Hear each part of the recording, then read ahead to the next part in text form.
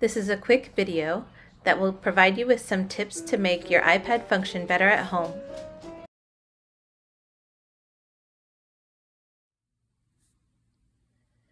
If you're looking for a specific app quickly, one way to do that is to use Spotlight Search. Simply put one fingertip somewhere on the screen and pull or swipe down until the search bar appears. Begin typing the name of the app you're looking for. If it's on your iPad, then it will appear as a selection which you can click and it will take you directly to that app. Another way to help yourself during the school day is to move the apps that you use all the time down into the dock at the bottom of the screen.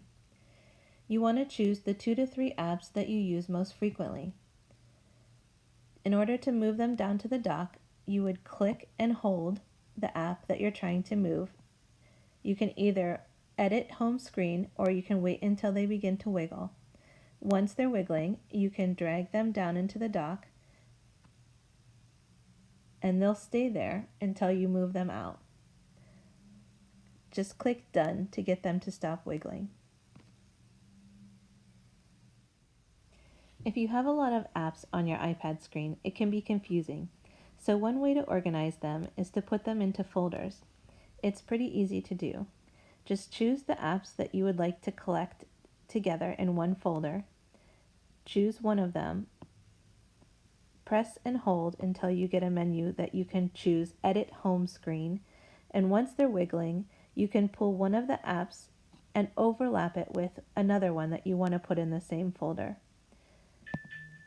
You can click on that folder and actually delete the name that it automatically gives you and put one that makes sense to you. You can move any apps that you want in that folder, and then your iPad screen is much more organized. Just click Done when you're finished editing. There's a quick menu on iPads that you can access by going to the top right-hand corner of your iPad screen and dragging down or swiping towards the center. That quick menu or control center will pop up and it will have different buttons on it that you'll see depending on what settings you have in the control center of your settings on your iPad. But most likely you'll see things like you can turn your Wi-Fi on and off from here. You can turn your Bluetooth on and off from there.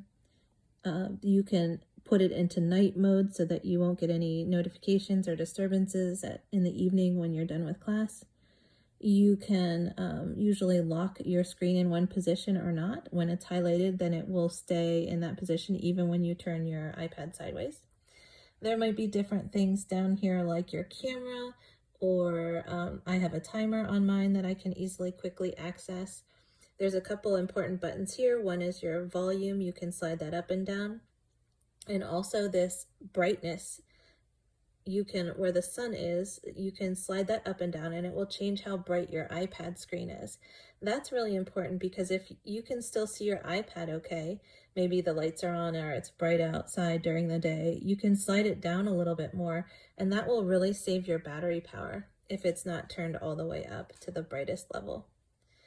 A nice feature, not only having your camera, but you might have screen record set up in your control center, which means that you can press this button and start recording what's going on your screen.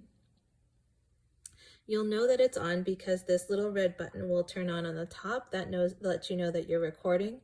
And if you wanted to stop that recording, then you would simply press that little red button at the top and it would allow you to stop recording. It would save that recording most likely to your photos if that's where you had it set, but you can also change that by holding in that button, and you can choose where you would like your recording to go or what is using your recording at that time. You can also turn your microphone on and off if you don't need any sound when you're doing a screen recording. So that's your control center, and that can be a quick and easy way to change up really basic settings on your iPad.